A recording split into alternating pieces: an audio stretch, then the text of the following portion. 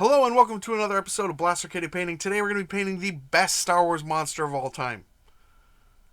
There are none that are better. This is the best one. You can write in the comments how you think I'm wrong. But I'm not. It's the best one.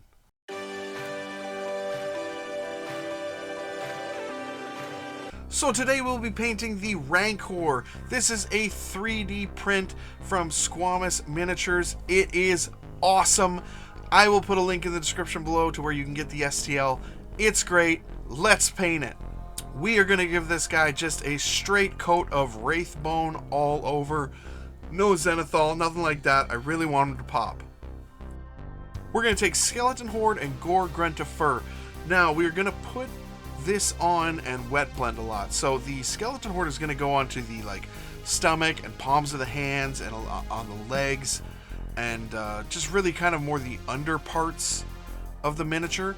And then we're going to take that Gore Grunta Fur and we're going to start putting that on the upper parts, and we're going to mix those together on the miniature.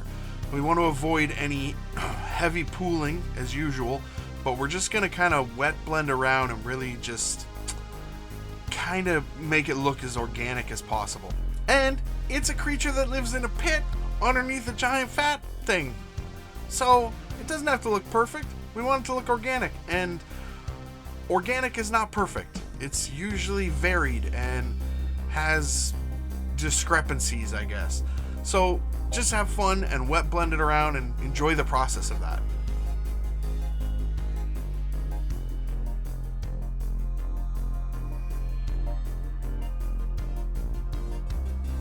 Now we're going to take some Bone White and some Parasite Brown, and we're going to do some dry brushing. The Parasite Brown is for the more Gore Grunta Fur, and the Bone White is for the Skeleton Horde. This is going to be a light dry brush. We don't need to go crazy here, just to kind of blend in a couple areas a little bit more.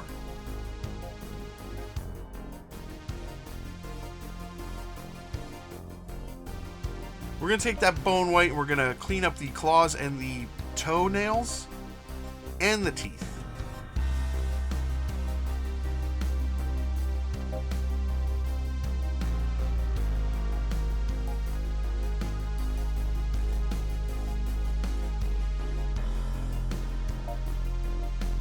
Switch over to some Agrath Urkshade, and this is just going to go all over his toenails, all over his claws, not fingernails, claws, and also on the teeth.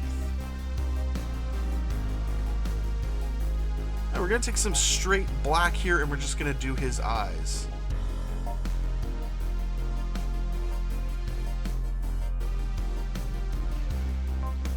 We're going to switch to Chainmail Silver, and we're going to put this on all the metal bits. So he's got an earring, which is weird.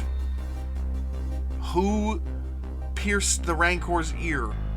It doesn't matter. It's also going to go on the broken manacle and also all over any of the metal pits of the Garmarian Guard. So I did use a reference photo for the Garmarian Guard to figure out exactly what parts were metal.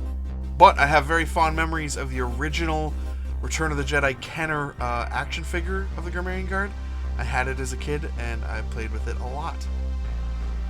Love that toy.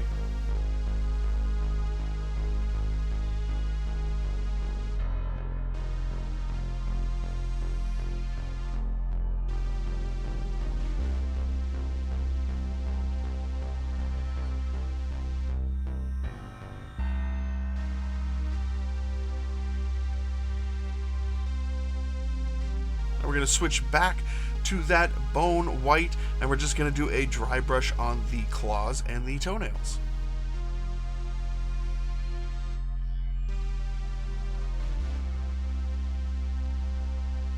We're going to take some dark wood, and this is going to go on the furry underpants, underwear, the furry, I don't know what you would call that, furry pants of the Garmarian Guard.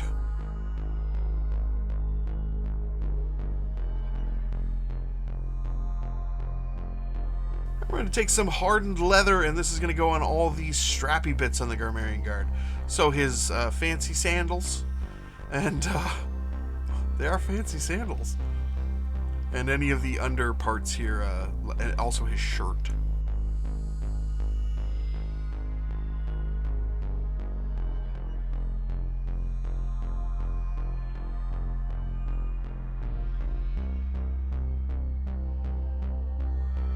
we're going to take some Malignant Green, and this is going to go all over the Garmarian Guard's skin. That's right.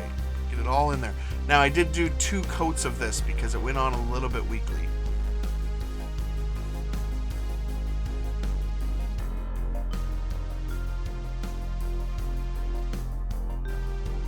I'm going to take some Skeleton Horde that's just going to go on the horns of the Garmarian Guard. And we're going to take some Dead White here, and we're going to add in a spot for his eye, a big spot here, and then a smaller spot up near the front, and that should be like a reflection. That looks pretty good. And we're going to take some Wildwood, some Speed Paint Medium, and some water, and we're going to make a wash for the Garmarian Guard here, and also the metallics. So this just kind of ties it together a little bit nicer, adds a little bit of depth.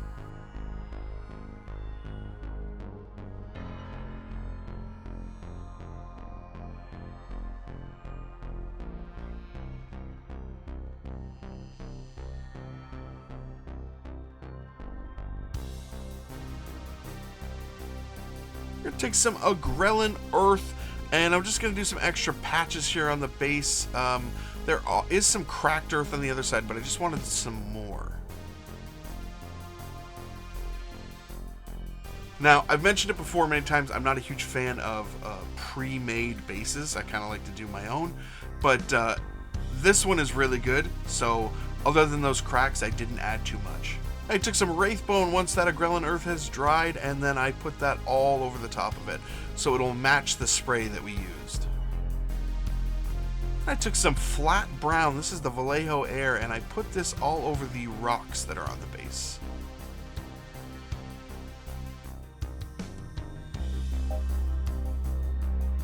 Then I took some Agros Dunes, and this went over the entire base.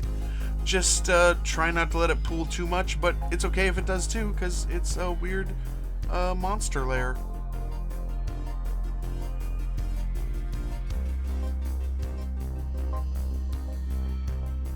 We will put a black rim around the base, so we'll have to do 2 coats of that, I guess, and this guy is done. And he doesn't even fit in my light box completely. This miniature is awesome. I'm so happy with how he turned out. The wet blending looks really good. The color variation is nice. It's great. Honestly, my painting of this miniature is fine, but what it really comes down to is the sculpting and the talent of Squamous Miniatures. This thing is awesome, and this will give it a little bit of scale. He's huge. Look at that. He's massive. He can eat guys up, no problem. It's so cool. So cool. I just want to stare at it. Yeah. So in the comments below, if you disagree with me that this is the best Star Wars monster, tell me what is. And if you tell me it's that bug creature from episode 2, we're gonna have an online fight. Not really. It's pretty cool. What's it called? Accolade? It's pretty cool. Either way, thank you so much for watching, guys. Please like, share, comment, subscribe. All the YouTube stuff. You guys have a great day. I think since I watched Return of the Jedi as a kid, I've always wanted to have a lair with a pit that goes down to a monster in a pit. There aren't a lot of monsters, so maybe like a snake pit. Or like a lion with snakes stapled to it pit. That would be okay. It's like a lion snake pit, but there's a bunch of snakes stapled to it. I imagine the snakes will kill the lion first, but it doesn't matter.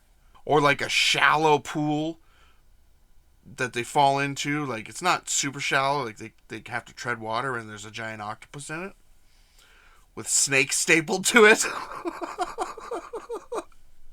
I'm sorry I invented the octopus snake pit. It's something that should never have been invented. It's like, and I can't take it back now.